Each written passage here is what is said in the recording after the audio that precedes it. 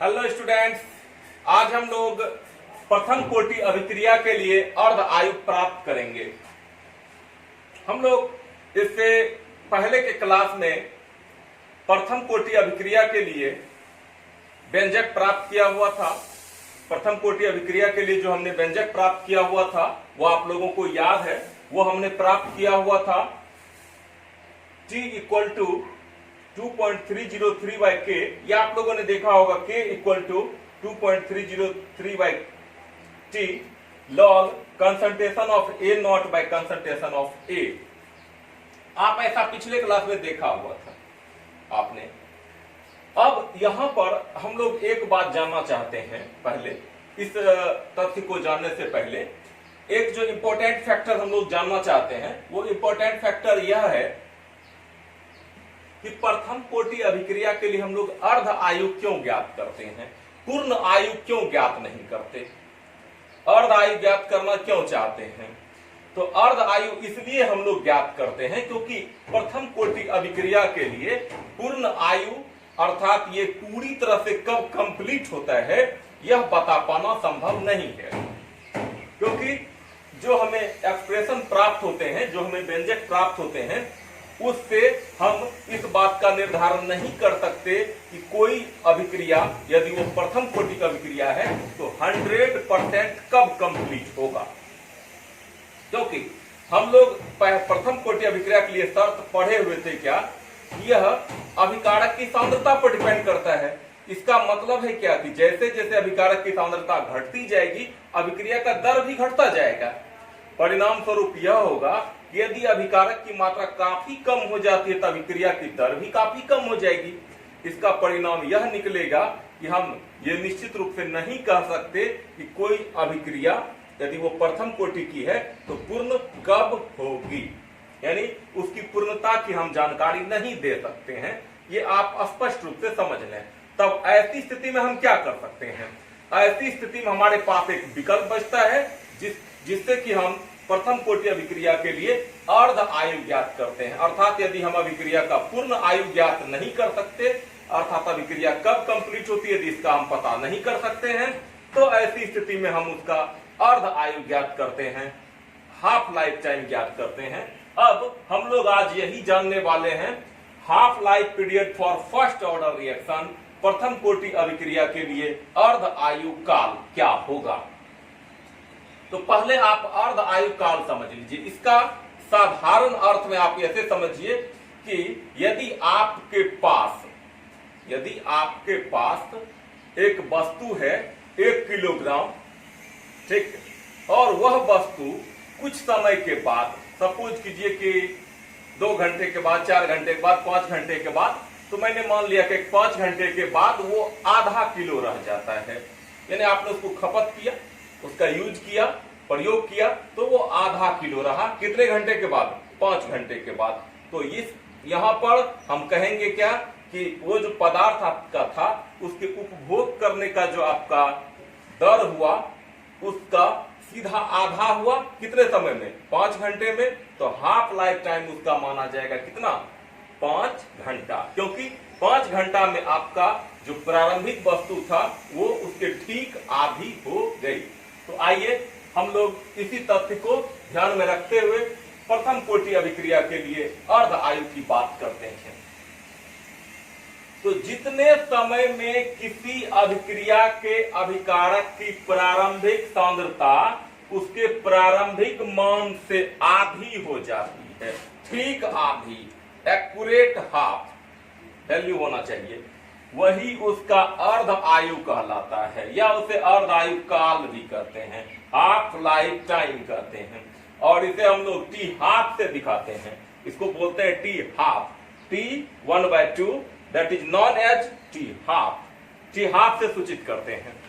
तो क्या हुआ, जितने समय में, यानी जितना टाइम में आपका कोई अभिक्रिया है, आपका उस अभिक्रिया के अभिकारक की प्रारंभिक सांद्रता, ध्यान से सुनेंगे, उस अभिक्रिया के अभिकारक के प्रारंभिक सांद्रता यदि एक निश्चित समय में प्रारंभिक मान से ठीक आधी हो जाती है, तो वह उसका अर्ध आयु कहलाता है। इसे हम टी हाफ से डिनोट करते हैं, टी हाफ से सूचित करते हैं। क्या मतलब हुआ, आप मतलब समझेंगे। पहले अभिकारक की प्रारंभिक सांद्रता जितने भी है, ठीक उसका आधा हो जाना। यदि आपके अभिक्रिया की प्रारंभिक सांद्रता कंसंट्रेशन ऑफ ए नॉट से दिखाते हैं जिसको हम लोग, तो कंसंट्रेशन ऑफ ए नॉट है, तो टी हाफ टाइम में उसकी सांद्रता अर्थात कंसंट्रेशन ऑफ ए बराबर हो जाएगी कितना, प्रारंभिक सांद्रता चूंकि कंसंट्रेशन ऑफ ए नॉट है, उसका ठीक आधा अर्थात concentration of A naught by 2। तो हम लोग प्रथम कोटि अभिक्रिया के लिए टी हाफ का ही निर्धारण करने वाले हैं। हमने आपको यह भी स्पष्ट करा दिया, क्योंकि क्या कि प्रथम कोटि अभिक्रिया के लिए हम संपूर्ण उसका समय का निर्धारण नहीं कर सकते, वो कब परफेक्ट रूप से कंप्लीट होगा, अर्थात परफेक्टली कंप्लीशन हम लोग फाइंड नहीं कर सकते, इसलिए हम लोग अर्ध आयु ज्ञात करते हैं। आइए, हमने पिछले क्लास में प्रथम कोटि अभिक्रिया के लिए वेग समीकरण प्राप्त किया हुआ था। आप जैसा जानते हैं, प्रथम कोटि अभिक्रिया के लिए जो वेग इक्वेशन था, आप रेट इक्वेशन जिसको कहते हैं, या उसको हम लोग समाकलित वेग समीकरण भी कहते हैं, इंटीग्रेटेड रेट इक्वेशन, उस नियम से T बराबर क्या होगा 2.303 by K log concentration of A naught by concentration of A। यदि हमारी प्रारंभिक सांद्रता कंसंट्रेशन ऑफ A नॉट है, यदि हमारी प्रारंभिक सांद्रता कितनी है, कंसंट्रेशन ऑफ A नॉट है, तो टी हाफ समय में सांद्रता कंसंट्रेशन ऑफ ए कितनी हो जाएगी, टी हाफ समय में सांद्रता अर्थात जिसको कंसंट्रेशन ऑफ ए कहेंगे, वो क्या हो जाएगी, प्रारंभिक सांद्रता के ठीक आधी, जैसा कि हमारा डिफिनेशन कहता है, जो अभी हमने परिभाषा देखा टी हाफ का, उसके अकॉर्डिंग हमारी जो सांद्रता होगी टी हाफ के बाद जिसको हम ए से दिखाते हैं, वो किसके बराबर होगी, तो प्रारंभिक सांद्रता के ठीक आधी होगी। तो concentration of A equal to concentration of A naught by 2। क्यों ऐसा लिखे, आप इस बात को समझ रहे हैं, क्योंकि प्रारंभिक सांद्रता की वर्तमान सांद्रता जो होगी अर्थात टी हाफ में, वो ठीक आधी होगी। आइए, अब हम लोग इसी तथ्य को आगे बढ़ते हैं। यहां पर हम देखते हैं टी के जगह पर यदि हम टी हाफ पुट करते हैं, ध्यान देंगे, टी के जगह पर यदि हम टी हाफ पुट करते हैं, तो इसका मतलब यह होगा कि कंसंट्रेशन ऑफ ए के जगह पर आपको concentration of A naught by 2 रखना पड़ेगा। क्यों रखेंगे, क्योंकि टी हाफ टाइम में हमारी सांद्रता concentration of A naught by 2 है। तो टी हाफ जैसे लिखेंगे क्या हो जाएगा, टी हाफ इक्वल टू हो जाएगा 2.303 by K log concentration of A naught by concentration of A naught by 2।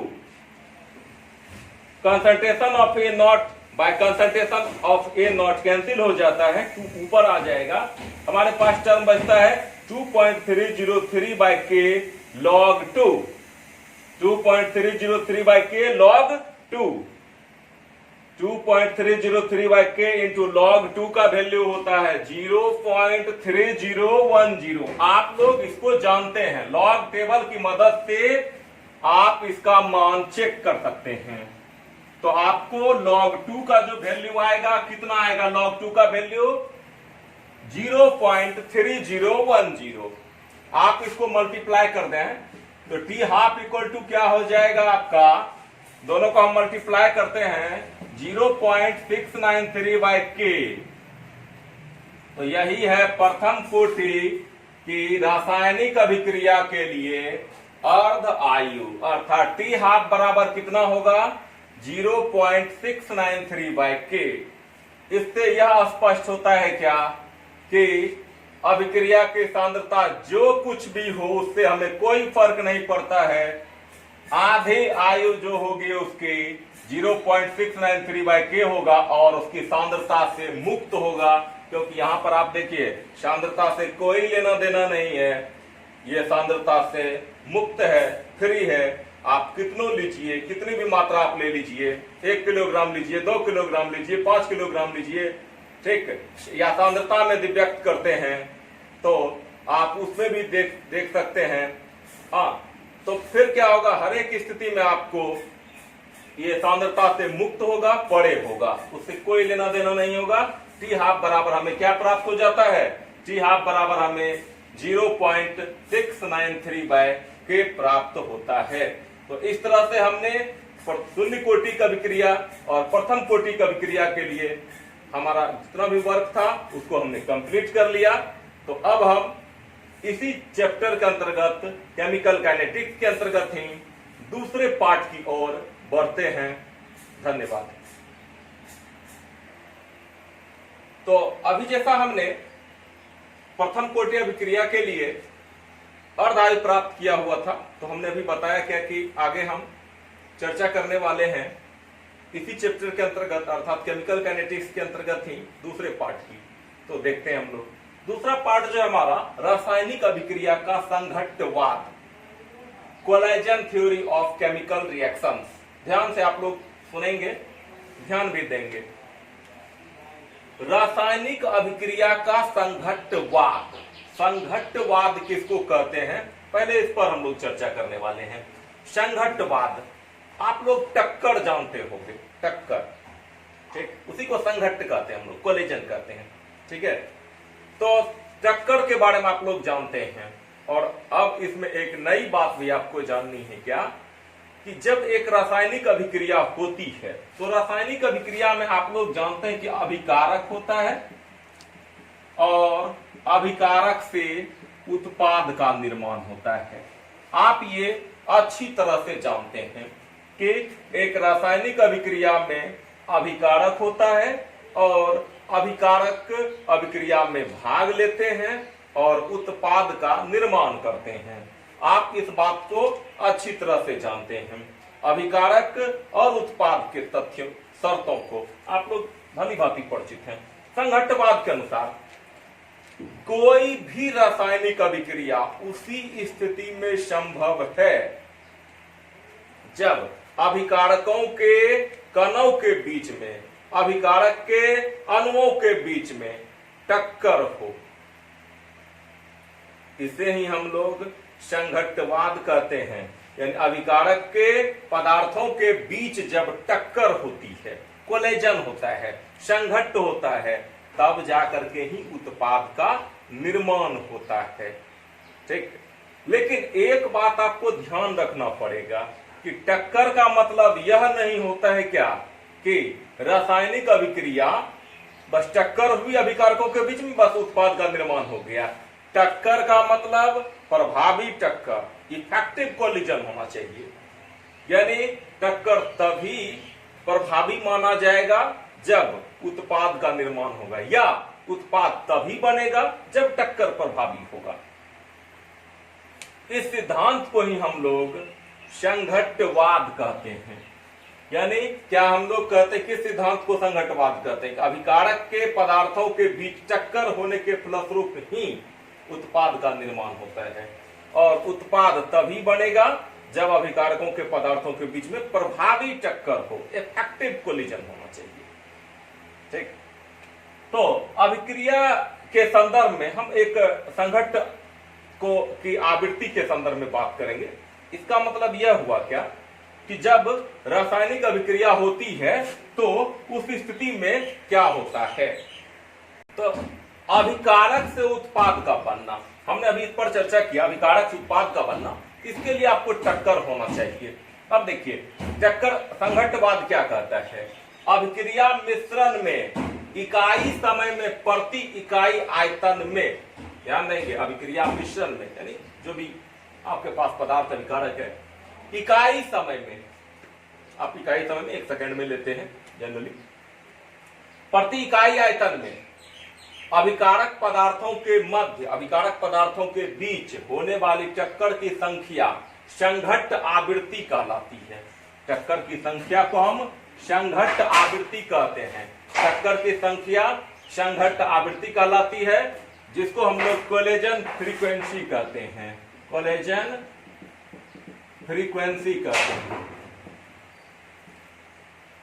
Collagen frequency कहलाती है। इसे हम लोग जेड से प्रदर्शित करते हैं। किससे प्रदर्शित किया जाता है? जेड से प्रदर्शित करते हैं। यानी अभिक्रिया मिश्रण में इकाई समय में प्रति इकाई आयतन में अभिकारक पदार्थों के बीच होने वाली टक्कर की संख्या संघट्ट आवृत्ति कहलाती है और इसे हम जेड से प्रदर्शित करते हैं। एक सामान्य गैसीय पदार्थों के लिए जेड का जो वैल्यू होता है अर्थात संघट्ट आवृत्ति का जो वैल्यू होता है 10 to the power 25 to 10 to the power 28 होती है, बहुत ही ज्यादा वैल्यू होता है।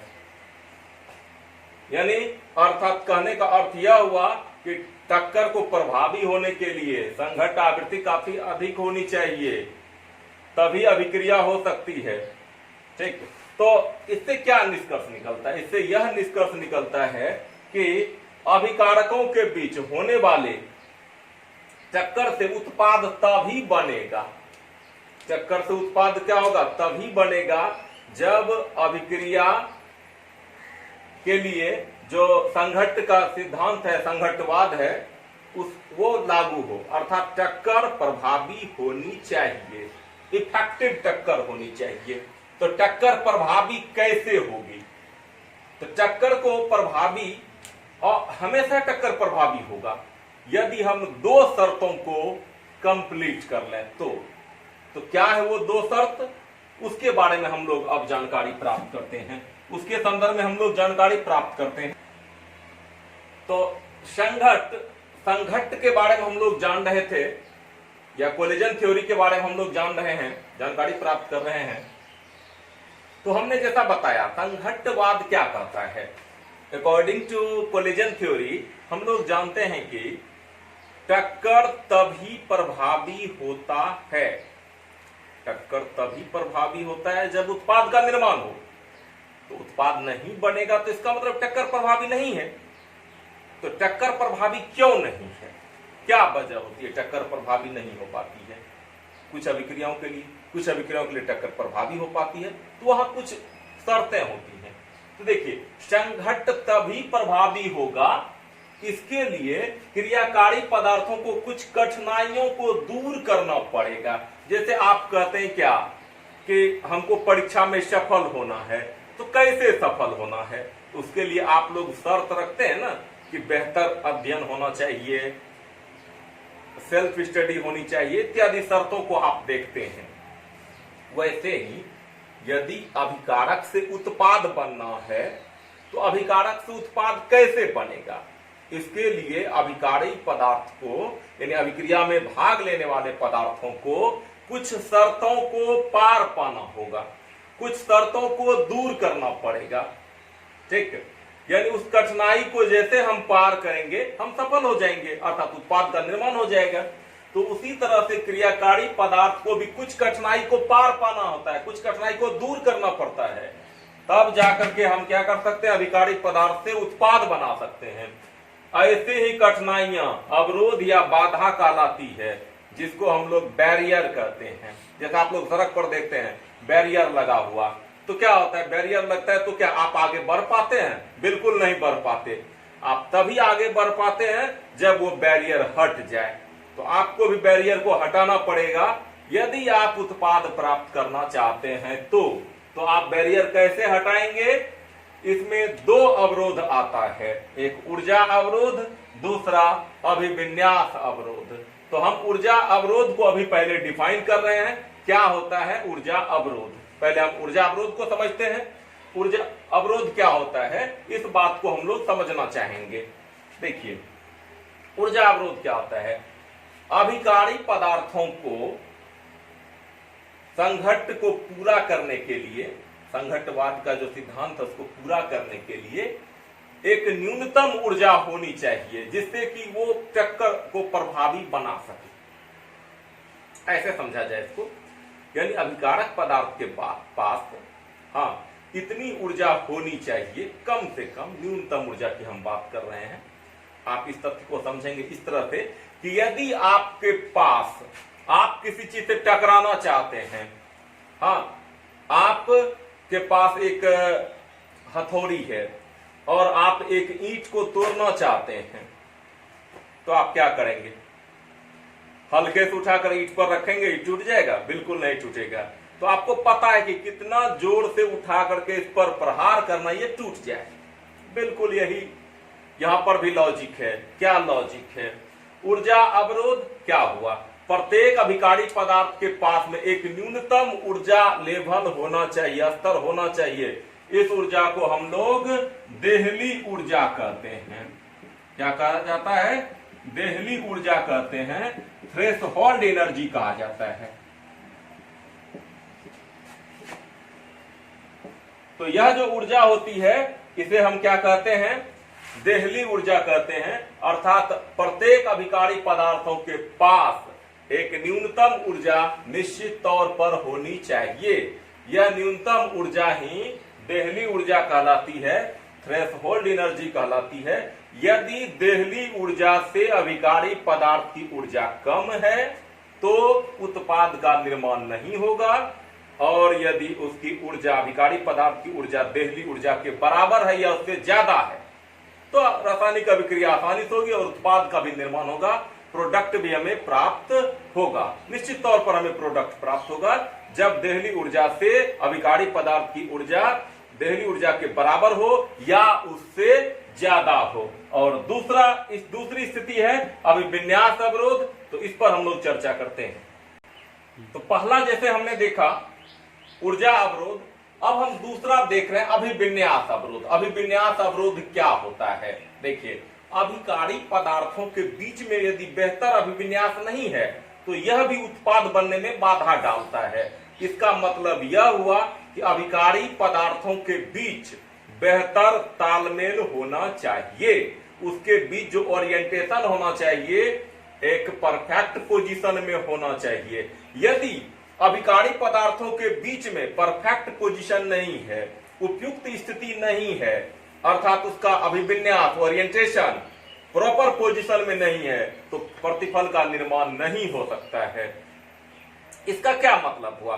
यदि आप उसकी देहली ऊर्जा को पूरा भी कर देते हैं, अभी हमने इससे पहले देखा था ना देहली ऊर्जा के संदर्भ में, यदि आप देहली ऊर्जा को पूरा भी कर देते हैं तो अभिविन्यास अवरोध के कारण प्रतिफल का निर्माण नहीं होगा, अर्थात संघट्टवाद थ्योरी कामयाब नहीं हो पाएगा, क्योंकि वहां पर प्रतिफल तभी बनेगा जब अभिकारकों के बीच प्रभावी टक्कर हो, इफेक्टिव कोलिजन हो। अब सवाल उठता है कि अभिविन्यास क्या है? अभिविन्यास के बारे में जैसा हमने अभी बताया, अभिविन्यास एक ऐसी स्थिति है जब अभिकारक पदार्थ एक दूसरे के सम्मुख होते हैं, आमने सामने होते हैं। ठीक, जैसे यदि आप इसको इस तरह से समझें कि यदि आपके पास एक ताला है और उसकी चाबी है, उसी चाबी से वो ताला खुलता है, ये बात हमको स्पष्ट पता है।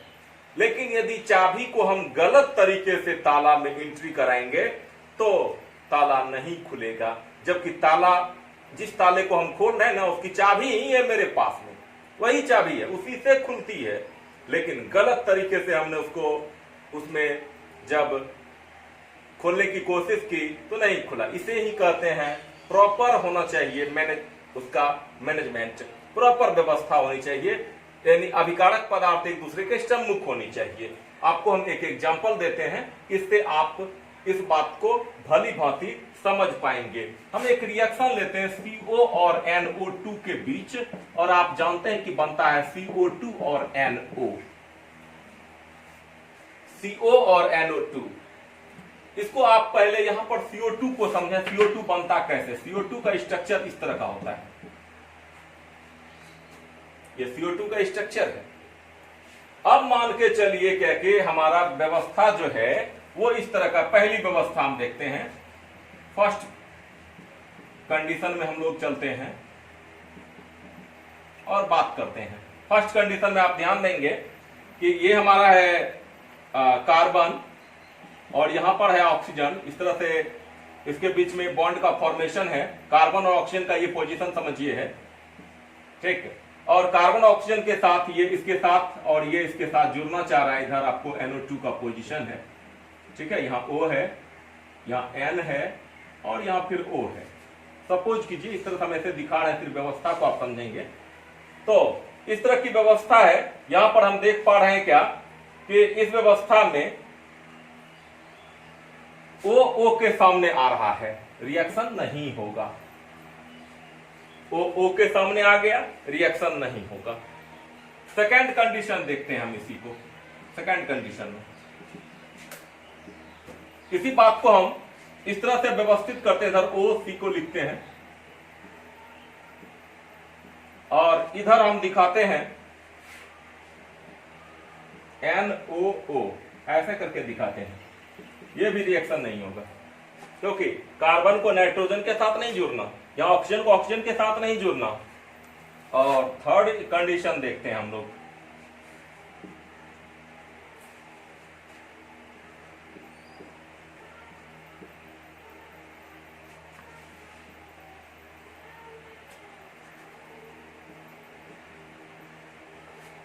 ये प्रॉपर पोजीशन है और इसमें जाकर के रिएक्शन हो जाएगा, क्योंकि O C के साथ जुड़ना, आप यहां देखिए, यहां पर O को C के साथ जुड़ना है।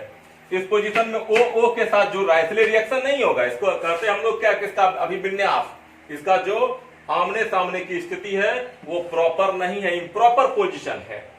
This is not a perfect position, इसलिए रिएक्शन नहीं हुआ, प्रभावी टक्कर नहीं हुआ। आप इसको इस तरह से समझिए कि आप हथौड़े से क्या कर रहे हैं, ईंट को तोड़ रहे हैं, ठीक। तो आप हथौड़े में जिधर लोहे का हैमर है, आप उसको पकड़ करके उसमें जो लकड़ी है उससे हथौड़े ईंट पर मारिएगा, टूट जाएगा? कभी नहीं टूटेगा। वही तो पोजीशन है। O के साथ इन्वॉल्व है, नहीं होगा। यहाँ C को O के साथ इन्वॉल्व होना चाहिए। इस पोजीशन में कार्बन नाइट्रोजन इन्वॉल्व है, नो रिएक्शन। लेकिन लास्ट पोजीशन में आप देखिए तो लास्ट कंडीशन में आप क्या देख रहे हैं, C के साथ O इन्वॉल्व है, रिएक्शन होगा। इसे ही हम लोग कहते हैं अभिविन्यास अवरोध। तो इसके साथ ही हमारा जो आज का था रासायनिक अभिक्रिया के लिए संघट्टवाद वो कंप्लीट होता है। तो अगले क्लास में हम लोग फिर मिलते हैं। धन्यवाद।